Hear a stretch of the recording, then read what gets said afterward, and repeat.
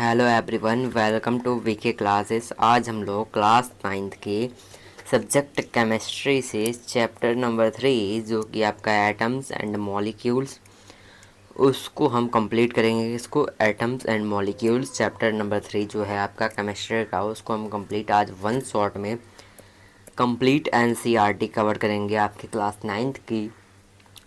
और दोस्तों, अगर आप इस चैनल यानी वीके क्लासेस पे नए हैं तो आप इस चैनल को सब्सक्राइब कीजिए, क्योंकि आगे आने वाले सारे वीडियोस की नोटिफिकेशन आपके पास जाती रहेगी। तो चलिए स्टार्ट करते हैं आज के हमारे इस चैप्टर का, जिसका नाम है एटम्स एंड मॉलिक्यूल्स। इसको हम वन शॉट करेंगे, यानी जो भी कॉन्सेप्ट हैं, जो भी इम्पॉर्टेंट कॉन्सेप्ट हैं, उन सारे कॉन्सेप्ट को भी पढ़ेंगे। चलिए स्टार्ट करते हैं नेक्स्ट पेज से।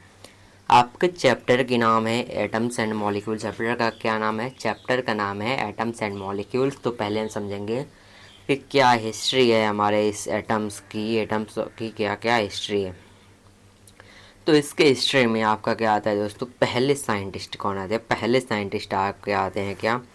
Around 500 BC, Indian philosopher Maharshi कनर्ड postulated that the theory, if we go on dividing matter padarth, we will obtain smallest particle beyond which further division can't be possible, which is known as परमाणु।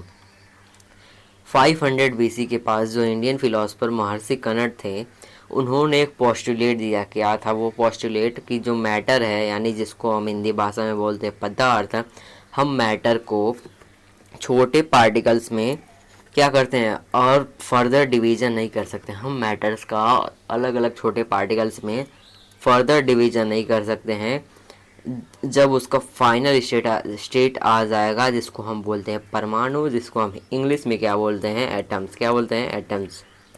तो सबसे पहले 500 BC में महर्षि कनर्ड Indian philosopher जो थे, उन्होंने एक theory दी, जिसमें इन्होंने बोला कि जो मैटर है उसको हम और भी ज़्यादा डिवाइड नहीं कर सकते हैं जब उसकी स्टेज आ जाए परमाणु पे। अब आते हैं सेकंड साइंटिस्ट, जो क्या है? एंशियंट के ग्रीक फिलोसफर हैं Democritus and Leucippus, called the particle atom. जो साइंटिस्ट है ना, सिर्फ और सिर्फ जो पार्टिकल, यहाँ पे जो परमाणु पार्टिकल बताया गया है, इसको सिर्फ और सिर्फ एटम नाम दिया है और कुछ नहीं किया है।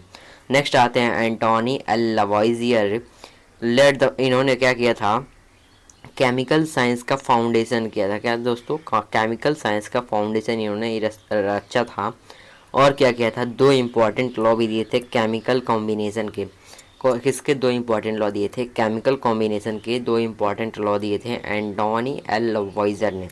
आपको यहाँ पर महर्षि कनर्ड का नाम याद रखना है, जिन्होंने 500 BC में सबसे पहले एटम के बारे में जानकारी दी। और दूसरा यहाँ पर आ जाएगा एंटोनी एल लवॉइजर, जिन्होंने क्या दिया? दो लॉज दिए। किसके बारे में? केमिकल कॉम्बिनेशन के बारे में। अब आते हैं कुछ एटम। हमारे चैप्टर क्या नाम है? चैप्टर का नाम है एटम्स एंड मॉलिक्यूल्स। तभी स्टार्ट करते हैं एटम के बारे में। यहाँ से हम स्टार्ट कर रहे हैं एटम के बारे में, आगे हम चलेंगे मॉलिक्यूल पे। पहले आते हैं एटम पे। एटम क्या होता है? एटम क्या होता है? Atom are the building block of all matter. जो भी मैटर होते हैं सारे मैटर एटम से ही बने होते हैं। पहले चैप्टर में आपने मैटर के बारे में पढ़ लिया। क्या एटम्स? एटम्स बिल्डिंग ब्लॉक है मैटर का। यानी कि मैटर जो है ना, वो सिर्फ मैटर का जो फाउंडेशन है, मैटर का फाउंडेशन आपका क्या है? एटम है। यानी कि एटम से मिलकर आपका क्या बना है? मैटर बना है। According to the modern atomic theory, modern atomic theory के द्वारा जो एटम है वो सबसे छोटा पार्टिकल है किसी भी एलिमेंट का, जो कि केमिकल रिएक्शन में टेक पार्ट करता है, यानी केमिकल रिएक्शन में हिस्सा रहता है उसका। एटम क्या होता है? एटम सबसे छोटा पार्टिकल है मैटर का। मॉडर्न एटॉमिक थ्योरी के हिसाब से जो सबसे छोटा पार्टिकल एलिमेंट का है, उसको हम बोलते हैं एटम, जो कि केमिकल रिएक्शन में पार्टिसिपेट करता है। जो एटम होता है ना, बहुत ही छोटा होता है और उसको हम देख नहीं सकते हैं। उसको देखने के लिए हमको क्या चाहिए? वेरी पावरफुल माइक्रोस्कोप चाहिए। क्या चाहिए हमको देखने के लिए? उसको वेरी पावरफुल माइक्रोस्कोप चाहिए। उसको देखने के लिए, किसको देखने के लिए? एटम को देखने के लिए हमको वेरी पावरफुल माइक्रोस्कोप चाहिए। एटॉमिक रेडियस जो किस में मेजर किया जाता है? एटॉमिक जो है नहीं, किसी भी एटम का जो रेडियस होता है उसको हम मेजर करते हैं नैनोमीटर में, यानी कि 1/9 10⁹ मीटर को हम 1 नैनोमीटर बोलते हैं। किसको?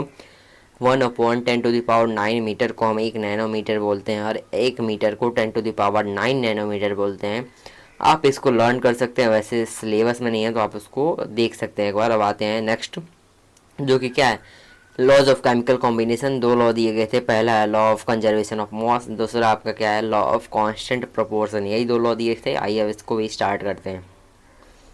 तो law of conservation of mass क्या है, during the chemical reaction, chemical reaction के दौरान जो टोटल मास होता है रिएक्टेंट का, वो क्या होता है, जो टोटल मास होता है प्रोडक्ट के इक्वल होता है। पहले आपको समझा दूँ कि रिएक्टेंट क्या होता है, प्रोडक्ट क्या होता है। कोई भी केमिकल रिएक्शन होता है, कोई भी केमिकल रिएक्शन होता है ना, केमिकल रिएक्शन में एक साइड होता है क्या, रिएक्टेंट, शॉर्ट फॉर्म यूज करो थोड़ा। एक साइड होता है आपका रिएक्टेंट और दूसरे साइड क्या होता है, प्रोडक्ट। यानी कि अगर रिएक्टेंट में अगर आपने क्या किया, हाइड्रोजन और ऑक्सीजन को रिएक्ट कराया, और यहाँ पर नंबर ऑफ वेरी करता है। अगर आप हाइड्रोजन और ऑक्सीजन को रिएक्ट कराया और यहाँ पर पानी यानी H2O बन गया, क्या बन गया, H2O बन गया, तो यहाँ पे देखिए जो आपका हाइड्रोजन और ऑक्सीजन है वो क्या रिएक्टेंट है, और यहाँ पर जो आपका H2 है वो आपका प्रोडक्ट है। यही सिंपल सा डिफरेंस है रिएक्टेंट और प्रोडक्ट में। तो आइए अब यहाँ पर समझते हैं इसने क्या बोला, law of conservation of mass ने सिंपल सा बोला क्या, कि जो मास होता है ना केमिकल रिएक्शन के दौरान, जो टोटल मास होता है रिएक्टेंट का, वो जो टोटल मास होता है प्रोडक्ट के इक्वल होता है। यानी कि रिएक्टेंट का मास क्या होता है, प्रोडक्ट के मास के इक्वल होता है। यही सिंपल सा आपका law of conservation of mass बोलता है। यानी इसका मतलब क्या हुआ कि mass is neither created not destroy in a chemical reaction, यानी मास को हम बना नहीं सकते या फिर ना ही डिस्ट्रॉय कर सकते हैं किसी भी केमिकल रिएक्शन के दौरान। यही आपका फॉर्मूला, आप इससे लर्न कर सकते हैं। यहाँ पर आपको क्या दिया गया है, एक रिएक्शन दिया गया है। यहाँ पर क्या दोस्तों, आप इस रिएक्शन को देखकर यहाँ पर समझ सकते हैं। अब आता है लॉ ऑफ कांस्टेंट प्रोपोर्शन, यानी दूसरा लॉ। इस लॉ ने क्या बोला, जो भी एलिमेंट प्योर केमिकल कंपाउंड में प्रेजेंट होता है ना, हमेशा देखिए, पहले इसको मैं रीड कर देता हूँ उसके बाद बताता हूँ। The element is a pure chemical compound are always present in the same proportion by mass regardless of how the compound is created. जो भी प्योर केमिकल कंपाउंड में एलिमेंट होता है वो हमेशा सेम प्रपोर्शन में प्रेजेंट होता है। क्या, जो भी प्योर केमिकल कंपाउंड, यानी जो भी केमिकल कंपाउंड है वो प्योर है, यानी कि उसमें कुछ भी सेम पार्टिकल से बना, क्या है, सेम पार्टिकल से बना है, तो उसे हम बोलते हैं प्योर। उस प्योर में जो भी एलिमेंट होता है ना, एलिमेंट होता है उस प्योर केमिकल कंपाउंड का, वो हमेशा इक्वल यानी सेम प्रपोर्शन में प्रेजेंट होता है मास के हिसाब से। यानी जो मास होगा ना उस एलिमेंट का, वो एक प्रपोर्शन में होगा। How the compound is created, तो कैसे कंपाउंड क्रिएट होता है इसको ध्यान में देते हुए हमारा जो क्या होता है, एलिमेंट हो जाए किसी भी प्योर केमिकल कंपाउंड में, वो हमेशा सेम प्रपोर्शन में प्रेजेंट होता है। एक किसने दिया था, जोसेफ प्राउस ने दिया था। किसने, जोसेफ प्राउस ने law of conservation constant proportion दिया था। इसका मतलब मैं समझाता हूँ आपको। अगर आपने पानी 18 ग्राम पानी लिया, यानी 18 ग्राम अगर आपने पानी लिया है, तो उसमें 2 ग्राम हाइड्रोजन होता है और 16 ग्राम जो होता है वो आपका ऑक्सीजन होता है। तो इससे पता चलता है कि जो मास ऑफ हाइड्रोजन का और जो मास ऑफ ऑक्सीजन है, दोनों एलिमेंट है ना, इन दोनों का जो क्या है, इन दोनों का जो प्रपोर्शन है वो 2:16 आएगा, यानी कि 1:8। इसी प्रपोर्शन में हर जगह पे आपको क्या दिखेगा, वाटर दिखेगा। यही सिंपल सा क्या है कि जो भी प्योर केमिकल कंपाउंड, वाटर क्या है, वाटर आपका एक प्योर केमिकल कंपाउंड है, उसमें जो भी एलिमेंट्स है ना वो किस में थे, वो सेम प्रपोर्शन में थे। यानी 2:16 यानी 1:8 के प्रपोर्शन में ही रहेंगे। किसी भी पानी को उठा लीजिए आप, वो इसी प्रपोर्शन में मिलेगा 1:8। किस प्रपोर्शन में, 1:8 प्रपोर्शन में मिलेगा। आपको इसको लर्न कर लेना है कि पानी का कितना प्रपोर्शन होता है। बात है नेक्स्ट टॉपिक, यानी नेक्स्ट एग्जांपल। 36 ग्राम अगर आप पानी लेते हैं तो उसमें 4 ग्राम क्या रहेगा, हाइड्रोजन रहेगा, यानी और 32 यानी 32 ग्राम क्या रहेगा, ऑक्सीजन रहेगा। यानी कि 4:32, यानी कि सिंपल से आपका 1:8 ही आ रहा है। तो आप सिंपल से इससे क्या कंक्लूड कर सकते हैं, वाटर में जो होता है रेशियो ऑफ हाइड्रोजन और रेशियो ऑफ ऑक्सीजन होता है वो 1:8 होता है। सिंपल सा यही क्या है, लॉ ऑफ कांस्टेंट प्रोपोर्शन है। यहाँ पे आपको एक क्वेश्चन दिया गया, आप इस क्वेश्चन को सॉल्व कीजिएगा तो आपको law of constant proportion completely clear हो जाएगा। तो अब आते हैं हम नेक्स्ट टॉपिक, जो कि आपका है डाल्टन एटॉमिक थ्योरी। क्या है दोस्तों, Dalton atomic theory. Next topic आपका आ जाता है डाल्टन एटॉमिक थ्योरी। अभी तक हमने यहाँ पर 2 लॉज को पढ़ा हो, दोनों लॉज बहुत इंपॉर्टेंट है। पहला कंजर्वेशन ऑफ मास, दूसरा कांस्टेंट प्रोपोर्शन। अब आता है डाल्टन एटॉमिक थ्योरी। जो भी डाल्टन एटॉमिक थ्योरी के द्वारा हम क्या बोल सकते हैं, जो भी मैटर होता है ना, या फिर जो आप एलिमेंट या फिर कंपाउंड बोलिए या फिर मिक्सचर, मैटर क्या होता है, एलिमेंट होता है, कंपाउंड होता है या फिर मिक्सचर होता है, वो छोटे छोटे पार्टिकल से बने होते हैं जिसको एटम बोलते हैं। सिंपल से डेल्टन एटॉमिक थ्योरी के आधार पे हम बोल सकते हैं क्या कि जो भी मैटर होते हैं, एलिमेंट, कंपाउंड और मिक्सचर, वो एटम से बने होते हैं, छोटे छोटे पार्टिकल से बने होते हैं। जो आपका पोस्टुलेट है डेल्टन एटॉमिक थ्योरी का, बहुत इंपॉर्टेंट पोस्टुलेट है, डायरेक्ट आपको एग्जाम में आ जाएगा। तो आइए एक एक करके पोस्टुलेट को पढ़ते हैं। तो पहला पोस्टुलेट क्या है? All matter is made up of very tiny particle called atom. पहले डेल्टन साहब ने बोला कि जो भी मैटर होते हैं वो बहुत ही छोटे छोटे पार्टिकल से बने होते हैं, जिसको हम बोलते हैं एटम। दूसरा पोस्टुलेट है क्या? Atoms are individual particle which can not be created और destroyed in a chemical reaction. जो एटम है क्या है? इंडिविजुअल यानी अकेला पार्टिकल है, जिसको हम ना ही बना सकते हैं ना ही डिस्ट्रॉय कर सकते हैं किसी भी केमिकल रिएक्शन में। यही दो पोस्टुलेट बहुत इजी है कि सारे मैटर क्या बने होते हैं? एटम से बने होते हैं, और एटम इंडिविजुअल पार्टिकल है जिसको हम ना ही बना सकते हैं ना ही बिगाड़ सकते हैं। अब आते हैं एटम। थर्ड पोस्टुलेट क्या है? Atom of a giving element is identical in mass and chemical properties. जो भी एलिमेंट आपको दिया गया है उस एलिमेंट का जो मास होगा, उस एलिमेंट के एटम का जो मास होगा वो केमिकल प्रॉपर्टी मास होगा, और केमिकल प्रॉपर्टी क्या होगी? सेम होगी या फिर आइडेंटिकल होंगी। सिंपली क्या बोला है? जो भी आपको एलिमेंट गिवन है उसका जो एटम होगा उसका मास और केमिकल प्रॉपर्टी आइडेंटिकल होगी या फिर सेम होगी। किसके हिसाब से? Law of conservation of mass के हिसाब से। Atom of different element have different masses and chemical property. जो अलग अलग एलिमेंट होते हैं उनके अलग अलग मास होता है, अलग अलग केमिकल प्रॉपर्टी होता है। इसमें सिंपली क्या बोला गया है? जो भी सेम एलिमेंट होता है, यहाँ पर गिवन के जगह अपना सेम लिख सकते हैं। आप क्या लिख सकते हैं दोस्तों? यहाँ पर आप गिवन के जगह पे सेम लिखिए तो अच्छा रहेगा। आप सिंपल सा इस गिवन के जगह क्या लिखिए? इस गिवन के जगह पे आप लिखिए सेम, यानी कि एटम ऑफ जो सेम एलिमेंट का होता है ना, उनका मास और केमिकल प्रॉपर्टी भी सेम होता है, और जो अलग अलग एलिमेंट का एटम होता है उनका मास और केमिकल प्रॉपर्टी भी डिफरेंट होता है। अब आते हैं इस पे, atom combine in the ratio of small whole number to form compound. जो भी एटम होते हैं वो कंपाउंड बनाने के लिए एक होल नंबर के रेशियो में क्या करते हैं? कंबाइन होते हैं, जिसको कांस्टेंट प्रोपोर्शन लॉ के हिसाब से बनाया जाता है। जो भी रिलेटिव नंबर होता है एटम का वो गिवन कंपाउंड के कांस्टेंट होता है। क्या होता है? रिलेटिव नंबर होता है एटम का गिवन किसी भी कंपाउंड में, वो कांस्टेंट होते हैं। यहाँ पे टोटली क्या दिया? 6 पोस्टुलेट दिए। पहले में क्या बोला कि सारे पार्टिकल एटम से बने होते हैं। दूसरे में क्या बोला? इंडिविजुअल होता है। एटम क्या होता है? अकेला होता है, जिसको हम ना ही बना सकते हैं ना ही डिस्ट्रॉय कर सकते। तीसरा में क्या बोला? सेम एलिमेंट का एटम क्या होगा? सेम होगा मास में और केमिकल प्रॉपर्टी में। अलग अलग एलिमेंट का जो एटम होगा वो डिफरेंट होगा केमिकल प्रॉपर्टी और मास में।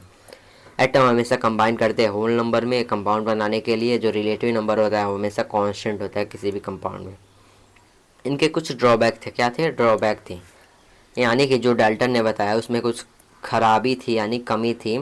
पहला क्या है? नो सब एटॉमिक पार्टिकल। इन्होंने बोला कि जो सारा मैटर होता है ना उसमें सबसे छोटा पार्टिकल क्या होता है? एटम होता है। लेकिन हमने जाना कि यहाँ पे क्या होता है? सब एटॉमिक पार्टिकल, मतलब कि इलेक्ट्रॉन, आगे अगले चैप्टर में पढ़ेंगे, इलेक्ट्रॉन, प्रोटॉन और न्यूट्रॉन होते हैं। Dalton theory said atom are individual but we know that electron, proton and neutron are present. Dalton का थ्योरी ने क्या बोला कि जो एटम होता है वो इंडिविजुअल होता है, लेकिन हम जानते क्या है कि इलेक्ट्रॉन, प्रोटॉन और न्यूट्रॉन एटम में प्रेजेंट होता है। आइसोटोप को डिफाइन नहीं किया, यानी कि Dalton started all atoms of an element have the same mass but isotopes of the element have different mass. Dalton ने क्या बोला कि जो सेम एलिमेंट है उसका एटम क्या होगा? सेम मास होगा उनका। लेकिन जब हमने आइसोटोप के बारे में ज़्यादा पढ़ा, यानी आगे आगे टॉपिक में पढ़ेंगे हम आइसोटोप के बारे में, तो वहाँ पे सेम एलिमेंट के अलग अलग मास हमको दिखे। क्या? सेम एलिमेंट के अलग अलग मास दिखे, यानी कि अगर आप हाइड्रोजन को देखेंगे उसके 3 आइसोटोप्स हैं, उनमें देखिए पहले का मास 1 है, दूसरे का मास 2 है, तीसरे का मास 3 है। यही ड्रॉबैक थी। अब आता है तीसरा ड्रॉबैक क्या था? तीसरा ड्रॉबैक था कि नो आइसोबार्स, यानी डेल्टन ने क्या बोला कि अलग अलग एलिमेंट का अलग अलग मास होगा, लेकिन आइसोबार में सेम मास होता है। यहाँ पर अलग अलग एलिमेंट का सेम मास होता है आइसोबार में, आप देखते हैं तो ये ड्रॉबैक है एक। अब आते हैं no whole number ratio always. जो कॉम्प्लेक्स कंपाउंड होता है जैसे कि शुगर होता है वो हमेशा सिंपल होल नंबर रेशियो को फॉलो करता है। क्या? सिंपल होल नंबर रेशियो को, ये भी एक ड्रॉबैक है। नो एलोट्रोप्स डिफाइंड, किसी भी एलोट्रोप को डिफाइंड नहीं, यानी कि एलोट्रोप लाइक ग्रेफाइट और डायमंड जिनकी प्रॉपर्टी क्या है? डाल्टन ने बताया कि एक्सप्लेन ही नहीं की डाल्टन ने इनकी प्रॉपर्टी। यही आपका कुछ ड्रॉबैक थे डाल्टन के एटॉमिक थ्योरी की। आप बोलेंगे अगर आपके एग्जाम में आए कि ड्रॉबैक लिखिए तो आप ड्रॉबैक में यही सब लिखेंगे। तो उम्मीद करता हूँ कि क्लियर है आपको drawback of Dalton atomic theory. अब आ जाते हैं हम नेक्स्ट टॉपिक, जो कि क्या है, modern day of symbols of element. हम मॉडर्न डे में एलिमेंट्स के सिंबल्स को यूज़ करते हैं। तो आइए इसको भी हम यहाँ पर देख लेते हैं। डाल्टन की बात करते हैं। पहले जो डाल्टन थे ना, उन्होंने भी बताया कि कैसे हम एलिमेंट को सिंबल की तरह पे यूज, कैसे हम एलिमेंट्स को सिंबल दें। उनका मतलब कि हम उनको बड़ा बड़ा नाम यानी हाइड्रोजन ना बुला करके हम उनको छोटे छोटे सिंबल के फॉर्म में बांट देते हैं, जिससे हमको पहचानने में आसानी होगी। तो डाल्टन ने क्या किया, पहले साइंटिस्ट है जिन्होंने सिंबल को बताया एलिमेंट के लिए। फिर आए वर्जीलियस। डाल्टन के कैसे सिंबल थे, जो डाल्टन के सिंबल थे वो ऐसे थे, यानी कि पिक्टोरियल फॉर्म में थे। अगर आपको आ जाए एग्जाम में कि डाल्टन ने किस तरह के सिंबल दिए थे, यानी कि पिक्चर के फॉर्म में, पिक्टोरियल फॉर्म में डाल्टन ने सिंबल्स दिए थे, यही डाल्टन के थे। नेक्स्ट आते हैं वर्जिलियस, जिन्होंने सजेस्ट किया, जो कि एक या फिर दो लेटर है किसी भी एलिमेंट के नाम में से लीजिए और इसी को सिंबल बना दीजिए। यानी कि जब आपका हाइड्रोजन है उसमें से हम पहला लेटर एच ले रहे हैं तो उसको हम उसका सिंबल बना दिए। एलिमेंट का नेमिंग कैसे हुआ, initially elements were named after their discovery locations. देखिए जो स्टार्टिंग में होता है ना एलिमेंट्स का नेम, उनके डिस्कवरी लोकेशन से लिया जाता है। क्या कि जहाँ पे वो डिस्कवर हुए ना वहाँ से लिया जाता है। यानी कि जो कॉपर है ना उसको किप्रस से लिया गया। क्या किप्रस जो यहाँ पर कोई प्लेस है वहाँ पे कॉपर को डिस्कवर किया गया था। तो वहाँ से कॉपर का सिंबल क्या आ गया, CU। यानी कि यहाँ से सी उठा लिया, यहाँ से सी उठा लिया और यहाँ से यू उठा लिया, इसीलिए सी कॉपर का सिंबल आ गया क्या, CU। अब आते हैं IUPAC, यानी कि केमिस्ट्री का एक डिपार्टमेंट है। आइए इन्होंने क्या बोला, now responsible for the approving element name symbol and unit. Symbols typically use 1 or 2 letter from the element English name, H for hydrogen, Al for aluminium. IUPAC ने रिकमेंड किया कि हाँ सिंपल से क्या लें, जो स्टार्टिंग में जो आपका एलिमेंट का नाम है ना उसी में से शुरू का एक या फिर दो लेटर ले ले और उसी को सिंबल बना दे। जैसे कि H जो है उसको हम हाइड्रोजन के लिए ले लिए, Al जो है एल्यूमिनियम के लिए ले लिए हैं। स्पेशल केस क्या है, सम एलिमेंट, जो कुछ एलिमेंट होते हैं वो लैटिन, जर्मन और ग्रीक नेम से आए होते हैं। जैसे कि आयरन, तो आयरन जो है उसका लैटिन नेम है फेरम, तो इसलिए वहाँ से इसका सिंबल क्या आ गया, Fe। सोडियम उसका लैटिन नेम है नाइट्रियम, इसलिए उसका सिंबल आ गया क्या, Na। और पोटेशियम जिसका लैटिन नेम है कैलियम, इसलिए उसका सिंबल आ गया K। तो यहाँ पे हमने मॉडर्न डे ऑफ क्या समझा, मॉडर्न डे का सिंबल समझा एलिमेंट का। यानी डाल्टन ने पहले क्या दिया, पिक्टोरियल फॉर्म में दिया। वर्जिलियस ने सजेस्ट किया कि एक या फिर दो लेटर लिया जाए और उनका नेमिंग हम जहाँ पे वो डिस्कवर हुए थे वहाँ से हम क्या करने लगे, उनका हम यहाँ पर सिंबल बनाने लगे। लेकिन IUPAC ने बोला कि हम सिंपल से क्या लें, हम उसी के नेम में से एक या फिर दो लेटर ले, जैसे कि एल्यूमिनियम और हाइड्रोजन में हम लेते हैं। स्पेशल केस आया कि कुछ एलिमेंट का जो सिंबल है वो उनके लैटिन या फिर जर्मन नेम से भी लिया जाता है। तो अब आ जाते हैं कहाँ पर, स्टेप टू राइट सिंबल। हम कैसे सिंबल को लिखे, पहला लेटर हमेशा आप क्या लिखेंगे दोस्तों, किसी भी एलिमेंट का पहला लेटर हमको हमेशा कैपिटल लिखना है और सेकंड लेटर हमेशा स्मॉल लिखना है, फिर जो भी लेटर आएगा स्मॉल लिखना है। IUPAC का फुल फॉर्म क्या होता है, international union of pure and applied chemistry, यही आपका है IUPAC का फुल फॉर्म। IUPAC ने नेम दिया कुछ एलिमेंट्स का जो कि आपके NCERT में गिवन है, जैसे कि एल्यूमिनियम का Al, आर्गन का Ar, बैरियम का Ba, बोरॉन का B, ब्रोमीन का Br, कैल्शियम का Ca, ऐसे करके आप यहाँ पे देख सकते हैं। यहाँ पे देखिए फ्लोटोरिन का F है, गोल्ड का Au है। ये इसके कहाँ से आया है, ये आया है इसके जो आपका क्या है गोल्ड है ना वो उसके लैटिन नेम से आया है, उसका Au उसका लैटिन नेम है ऑरम। अब आ जाते हैं ट्रिक, कैसे हम यहाँ पर याद करेंगे पेरियोडिक टेबल में फर्स्ट 20 एलिमेंट को। तो आपको लर्न करना पड़ता है कैसे भी, आपको जब आप क्लास 9th में आए हैं तो आपको 20 एलिमेंट को कैसे भी लर्न करना है आपको क्लास 9th में। तो अब इसको दोस्तों आपको कंप्लीट लर्न करना पड़ेगा। 20 एलिमेंट तो आपके बुक में दिए, 18 दिए ना, 18 को आपको लर्न करना पड़ेगा। तो यहाँ पे कोई ऐसा ट्रिक नहीं है, तो आप इसको लर्न कर लीजिएगा 20 तक। ट्रिक आप जाएंगे यूट्यूब पर ढूंढेंगे तो आपको बहुत सारे ट्रिक भी मिल जाएंगे। तो यही आपके क्या है 20 एलिमेंट मैं रीड कर देता हूँ। पहला क्या है, पहला आपका है hydrogen, helium, lithium, beryllium, boron, carbon, nitrogen, oxygen, fluorine, neon, और क्या है फ्लोरीन, नियॉन 10 आपको ऐसा लर्न करना है। फिर आ जाएंगे sodium, magnesium, aluminium, silicon, phosphorus, sulphur, chlorine, argon, potassium, calcium. 20 element आपके सामने दिख रहे हैं, इसको आपको लर्न करना है। फिर आता है आपका नेक्स्ट टॉपिक जो कि आपका एटॉमिक मास। थोड़ा फास्ट चल रहे हैं क्योंकि रीजन है, फास्ट चलना पड़ेगा। चलिए अब स्टार्ट करते हैं एटॉमिक मास जो कि आपका है नेक्स्ट टॉपिक। मैं इसलिए फास्ट चल रहा हूँ क्योंकि आप इस वीडियो को मैं छोटा से छोटा रखना चाह रहा हूँ, क्योंकि अगर आप एग्ज़ाम टाइम में अगर आप इसको देखना चाहें तो आप इसको एग्ज़ाम टाइम में देख सकते हैं। तो आइए अब चलते हैं कहाँ पर, एटॉमिक मास। एटॉमिक मास क्या होता है, डेल्टा एटॉमिक थ्योरी ने क्या कहा था कि जो एटॉमिक मास है वो लॉ ऑफ कांस्टेंट प्रोपोर्शन के हिसाब से एक्सप्लेन किया था। एटॉमिक मास क्या होता है, mass of atom of an element. किसी भी एलिमेंट के एटम के मास को हम बोलते हैं एटॉमिक मास। आईयूपीएससी ने 1961 में टर्म अडॉप्ट किया था एटॉमिक मास यूनिट, या फिर यू बोलते हैं इसको, क्या बोलते हैं यू, ये क्या यूनिट है। एटॉमिक मास का यूनिट कोई भी पूछेगा तो आप बोलेंगे क्या यू या फिर AMU, to express the atomic mass and molecular masses. Atomic mass को और मॉलिक्यूलर मास को बताने के लिए उसका यूनिट आईयूपीएससी ने यू या फिर AMU डिक्लेयर किया था 1961 में।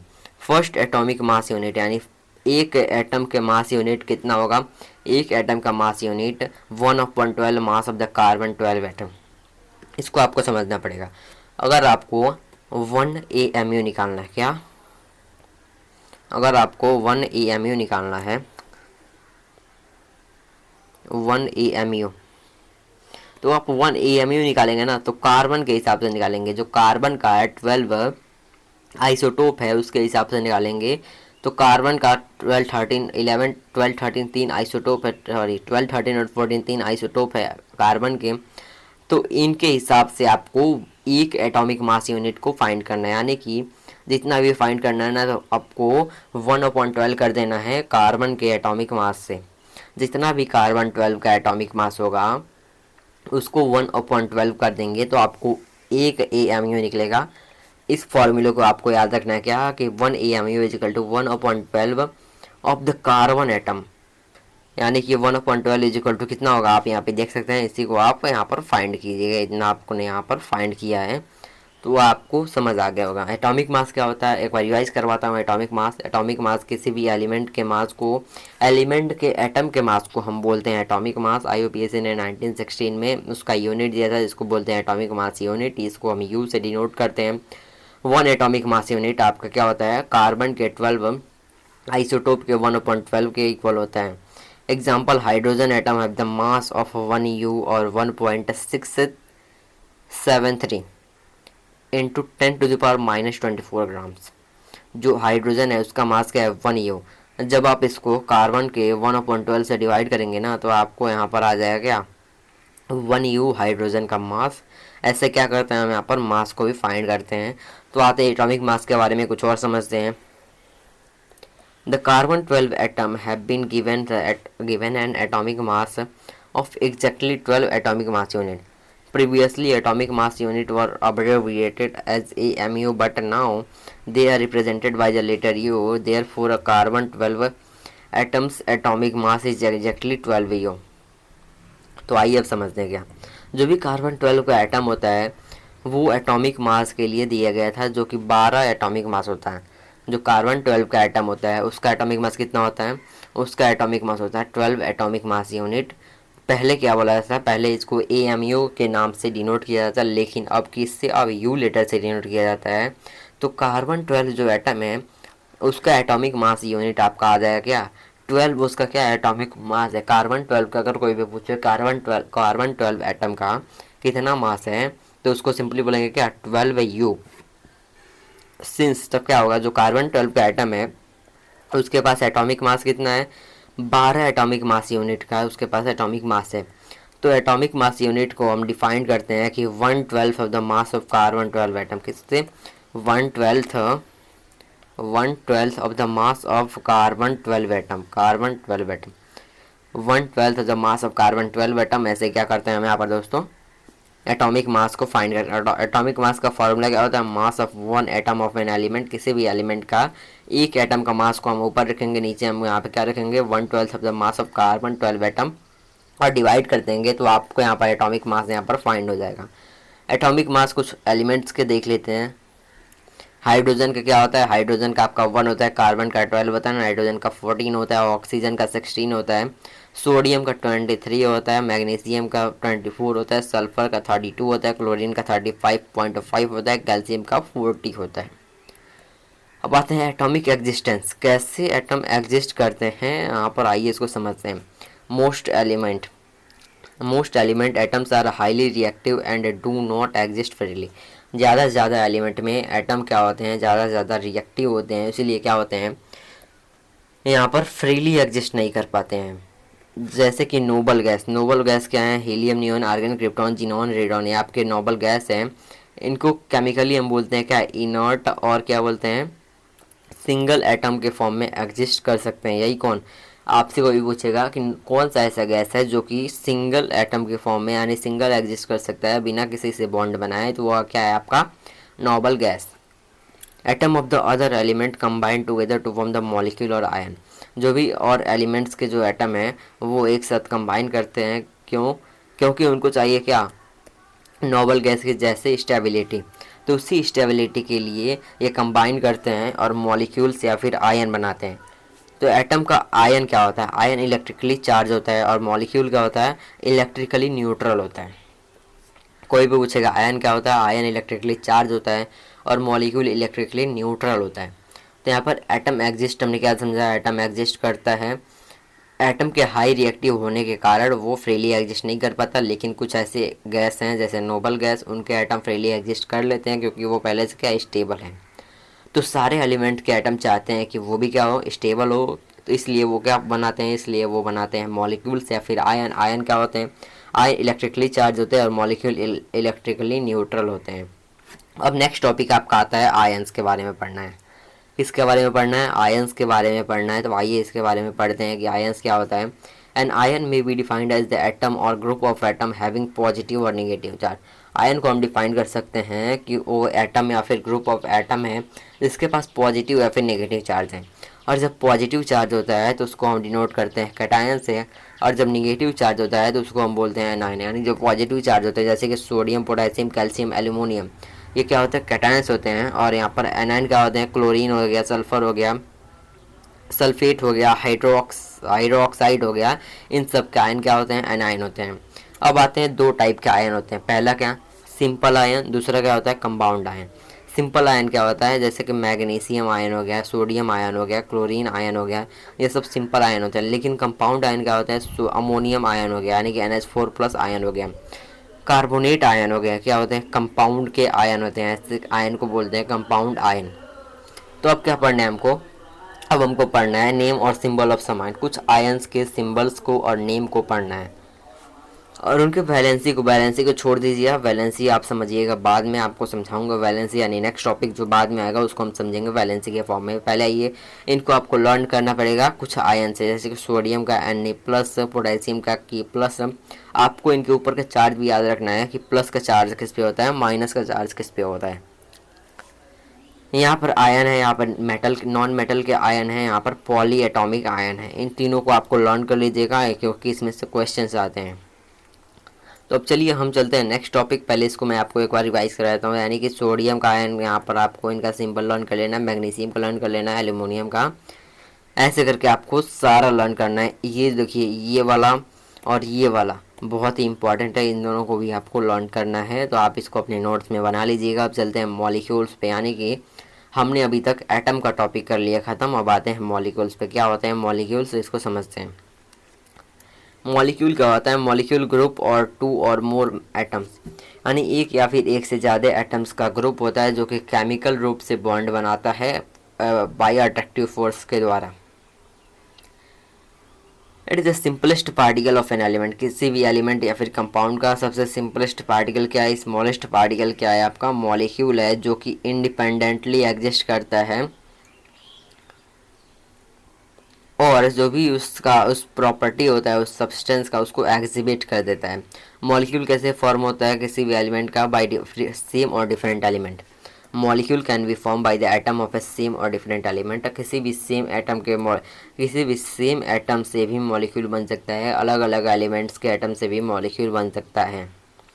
हमने और मॉलिक्यूल के बारे में क्या समझा? मॉलिक्यूल क्या होता है? ग्रुप होता है एक या फिर दो एटम्स का ग्रुप होता है क्या मॉलिक्यूल।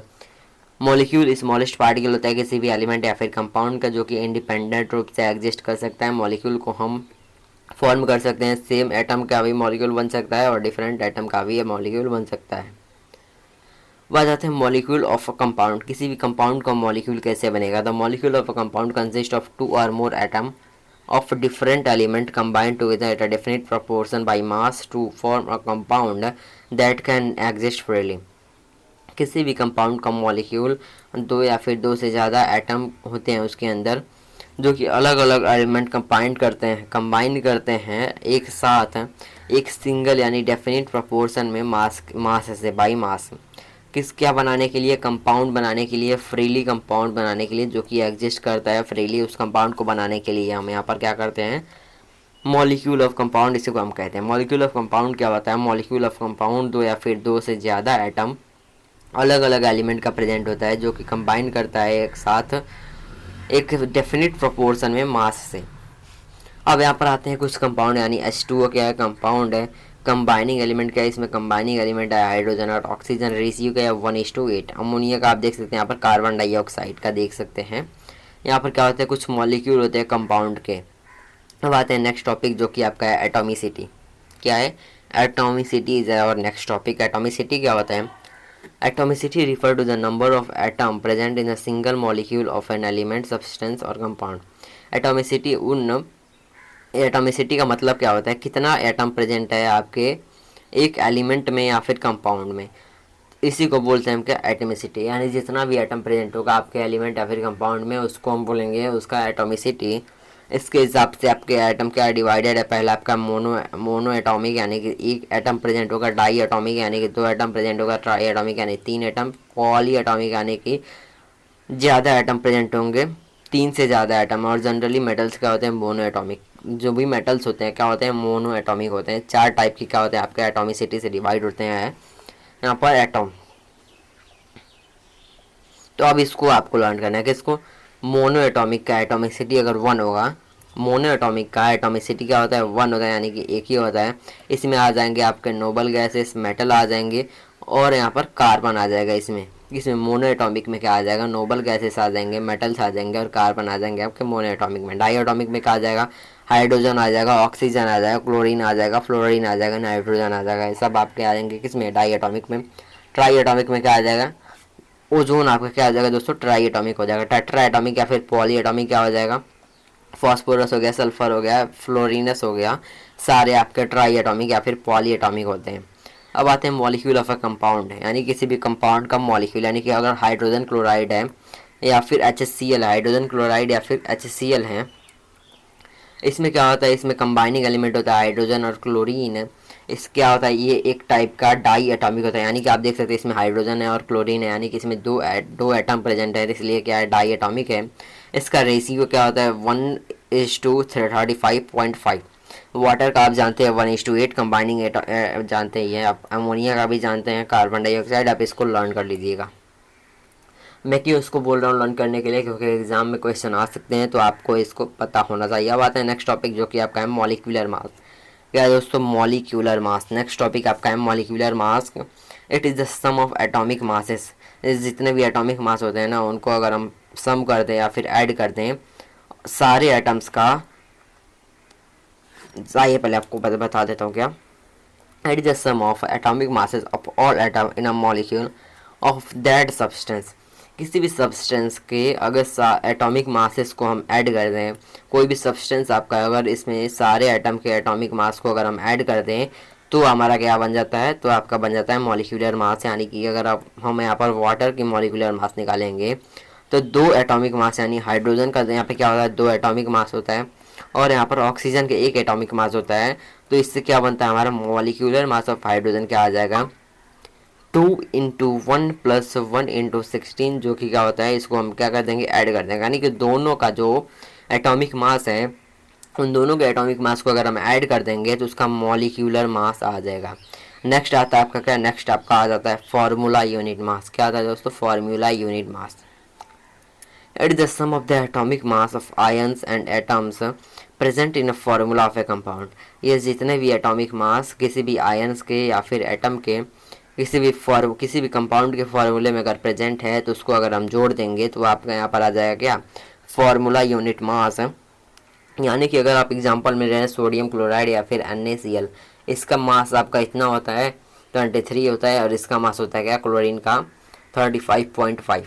तो इन दोनों का फार्मूला यूनिट मास क्या हो जाएगा, आप जब इन दोनों को ऐड कर देंगे, इन दोनों के मास को इनके एटॉमिसिटी से मल्टीप्लाई करके ऐड करेंगे तो सिंपल से क्या बन जाएगा आपके यहाँ पर इन दोनों का फार्मूला यूनिट मास। अब आता है आपका नेक्स्ट टॉपिक जो क्या है, वाई डू एटम कंबाइन, क्यों एटम कंबाइन होना चाहते हैं। The atom combine to attain the noble और inert gas electronic configuration in order to complete their octet by the formation of the chemical bond either sharing, losing or gaining electron। Atom इसलिए combine होना चाहते हैं क्योंकि वो चाहते हैं कि हम भी नोबल गैस की तरह या फिर इनर्ट गैस की तरह इलेक्ट्रॉनिक कॉन्फ़िगरेशन कर लें, और वो चाहते हैं कि अपना ऑक्टेट या फिर डुप्लेट कंप्लीट कर दे केमिकल बॉन्ड बना के, चाहे वो शेयरिंग करे, लूज करे या फिर गेन करे इलेक्ट्रॉन का, ऐसे करके वो क्या करे, यहाँ पर कंबाइन हो जाए। तो इसलिए क्या चाहते हैं, इसलिए आपके एटम कंबाइन चाहते हैं, कंबाइन करना चाहते हैं। नेक्स्ट टॉपिक आता है आपका वैलेंसी, उसके बाद आएगा केमिकल फार्मूला। यही क्या है आपका मेन टॉपिक है, केमिकल फार्मूला आपका आएगा नेक्स्ट टॉपिक। तो आइए अब वैलेंसी समझते हैं। वैलेंसी क्या होता है, the combining capacity of an element is called valency.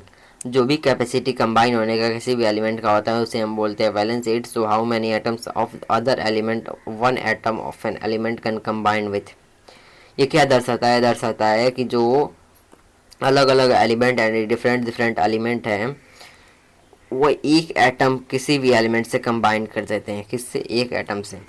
Valency क्या होता है, वैलेंसी किसी भी एटम का किसी भी एलिमेंट का कंबाइनिंग कैपेसिटी होता है। Valency equal to the number of electron gain loss share to achieve the noble gas configuration.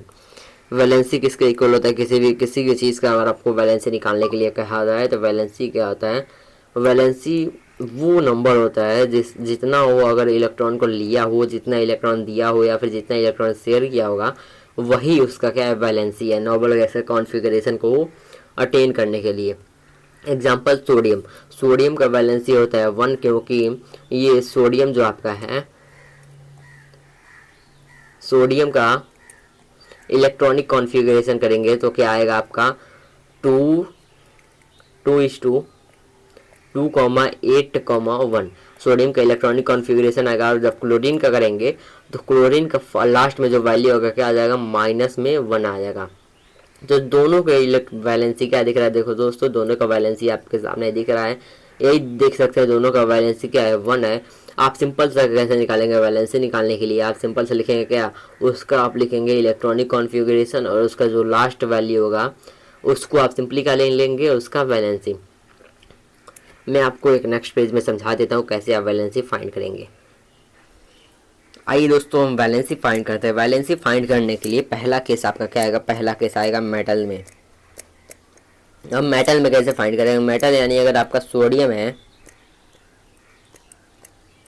तो सोडियम क्या होगा दोस्तों, सोडियम में आपका क्या आ जाएगा, सोडियम का आपका सिंबल होता है Na, और इसका इलेक्ट्रॉनिक कॉन्फ़िगरेशन करना आप जानते होंगे, या फिर आप क्या करते हैं इलेक्ट्रॉनिक कॉन्फ़िगरेशन में आप अगले चैप्टर में पढ़ेंगे इलेक्ट्रॉनिक कॉन्फ़िगरेशन, तो पैनिक ना होइएगा, मैं सिर्फ और सिर्फ यहाँ पर एग्जांपल बता रहा हूँ। इसका क्या होता है इलेक्ट्रॉनिक कॉन्फ़िगरेशन, इसका इलेक्ट्रॉनिक कॉन्फ़िगरेशन होता है 2,8,1, और दूसरा आपका आ जाएगा क्लोरीन। इसका क्या होता है, इसका होता है इलेक्ट्रॉनिक कॉन्फ़िगरेशन क्या 2,8,7। क्यों, क्योंकि इसका होता है, इसका क्या होता है, इसका एटॉमिक नंबर होता है 17, इसका एटॉमिक नंबर होता है 11। तो आप देख रहे हैं दोस्तों, तो सोडियम आपका एक मेटल है और क्लोरीन क्या है, क्लोरीन आपका एक नॉन मेटल है, नॉन मेटल। तो नॉन मेटल का केस है यहाँ पर और उस मेटल का केस है। तो आप देखेंगे दोस्तों मेटल के केस में ना, मेटल के केस में जितना उसका फाइनल सेल में जो भी इलेक्ट्रॉन आता है तो उसको हम क्या बोलते हैं यहाँ पर उसका वैलेंसी बोल देते हैं। और यहाँ पर क्लोरीन यानी नॉन मेटल के केस में जो उसके फाइनल सेल में आता है उसको हम क्या करते हैं, उसको हम माइनस कर देते हैं, तो आपका यहाँ पर उसका वैलेंसी आ जाता है। तो उम्मीद करता हूँ कि क्लियर हो गया होगा। आप इस वैलेंसी के टॉपिक को ना इसमें पढ़ाना ही नहीं चाहिए, यानी कि एटम्स एंड मॉलिक्यूल्स में इसका टॉपिक ही नहीं है। आपको पढ़ना चाहिए किसमें, इसको आपको पढ़ना है स्ट्रक्चर ऑफ एटम वाले यानी नेक्स्ट चैप्टर में आपको पढ़ना है। इसलिए आप इसको टेंशन मत लीजिएगा, ये आपका क्लियर हो जाएगा बातें। इसको बस आप इसको रीड कीजिए, आप इसको पढ़ना नहीं है। मैंने जितना समझाना था उतना समझा दिया आपको। अब आ जाते हैं हम अपने नेक्स्ट टॉपिक। इसको अपना इस चैप्टर में इसको स्किप कर दीजिएगा, वैलेंसी को आपको यहाँ पर स्किप कर देना है इस चैप्टर में। इसको पढ़ना है आपको नेक्स्ट चैप्टर यानी स्ट्रक्चर ऑफ एटम। मैं उसमें आपको बताऊंगा बहुत ही डिटेल में, क्योंकि आपको यहाँ पर अभी इलेक्ट्रॉनिक कॉन्फ़िगरेशन करना आता ही नहीं है, इसीलिए अब मैं यहाँ पर वैलेंसी नहीं बता रहा हूँ। अब आ जाता है नेक्स्ट टॉपिक जो कि आपका है केमिकल फार्मूला। केमिकल फार्मूला कैसे बनाएंगे, पहले आ जाता है क्या, केमिकल फार्मूला का डेफिनेशन क्या है, symbolic representation of A composition of a compound. किसी भी कंपाउंड को हम सिंबल के फॉर्म में रिप्रेजेंट करते हैं तो उसी को हम बोलते हैं केमिकल फार्मूला। इसका कैरेक्टरिस्टिक क्या होता है, the valency of the charge on ion must balance. इसमें क्या होता है, जो चार्ज पे जो वैलेंसी होता है ना वो बैलेंस होता है। जब कंपाउंड बनता है मेटल या फिर नॉन मेटल, तो सिंबल होता है ना, वो सिंबल आपका यहाँ पर दिख रहा है पहले आता है। सिंबल का आता है पहले आता है। जब पॉली एटॉमिक आयन को यूज़ करते हैं तब क्या होता है, वो ब्रैकेट में इंक्लूड करते हैं। कब, राइटिंग करने समय उसके फॉर्मूले के। जब पॉली एटॉमिक आयन को यूज़ करते हैं तो हमको ब्रैकेट यूज़ करना पड़ता है। तो आइए अब देखते हैं कैसे हम यहाँ पर आप इस रूल को पढ़ सकते हैं। तो मैं आपको यहाँ पर डायरेक्ट बता रहा हूँ कैसे आप फॉर्मूला बनाएंगे। तो पहले देखते हैं हाइड्रोजन क्लोराइड यानी HCl का कैसे बनाएंगे। तो इस फॉर्मूले को भी ना आपको चैप्टर 4 में पढ़ना है, चैप्टर 4। लेकिन मैं आप बता दे रहा हूँ क्या, अगर आपको बनाना है सोडियम हाइड्रोजन क्लोराइड तो पहले ऊपर आपको लिखना है क्या, सिंबल। दोनों का आपको सिंबल लिख देना है, यानी कि हाइड्रोजन क्लोराइड लिखना है तो हाइड्रोजन और क्लोरीन का सिंबल लिख देंगे। फिर उसका वैलेंसी, हाइड्रोजन का वैलेंसी होता है 1, आपको बोला था ना वैलेंसी याद करना पड़ेगा। और क्लोरीन का वैलेंसी भी होता है क्या, 1। ये दोनों लिखने के बाद आपको यहाँ पे दोनों को क्रिस और क्रॉस कर देना है, यानी कि दोनों को ऐसे करके क्रिस क्रॉस कर देना है। इसको बोलते हैं क्रिस क्रॉस मेथड से। और जब 1 जाकर अगर हाइड्रोजन में मल्टीप्लाई होगा तो यहाँ पर बनेगा H, और जब 1 जाकर क्लोरीन में मल्टीप्लाई होगा तो यहाँ बचेगा Cl। तो ऐसे क्या बन जाता है, ऐसे बन जाता है आपका यहाँ पर फॉर्मूला। सारे फॉर्मूलेज ऐसे ही बने हुए हैं, आप यहाँ पे देख सकते हैं। कार्बन टेट्राक्लोराइड, कार्बन टेट्राक्लोराइड का भी फॉर्मूला आप देख सकते हैं यहाँ पर मैग्नीशियम क्लोराइड का फॉर्मूला देख सकते हैं यहाँ पे आप सोडियम कार्बोनेट का फॉर्मूला देख सकते हैं। यहाँ पर अमोनियम सल्फेट का फॉर्मूला देख सकते हैं यहाँ पर। इसी के साथ आपका चैप्टर होता है ख़त्म। मैंने इस चैप्टर को बहुत ही ज़्यादा फास्ट करवाया है, मैं मानता हूँ, क्योंकि मुझे यहाँ पर ख़त्म करना था इसको बहुत ही जल्दी। तो चलिए आप इसको अच्छे से पढ़ लीजिएगा। मैं आप जो भी चीज़ें बची यानी वैलेंसी से रिलेटेड उसको नेक्स्ट चैप्टर में मैं आपको डिटेल में पढ़ा दूंगा। अगर आपको और भी ज़्यादा कुछ इन्फॉर्मेशन चाहिए तो आप यहाँ पर कमेंट बॉक्स में कमेंट करके पूछ सकते हैं। तो चलिए अब मिलेंगे हम नेक्स्ट चैप्टर में, तब तक ले थैंक यू। मिलते हैं नेक्स्ट चैप्टर में।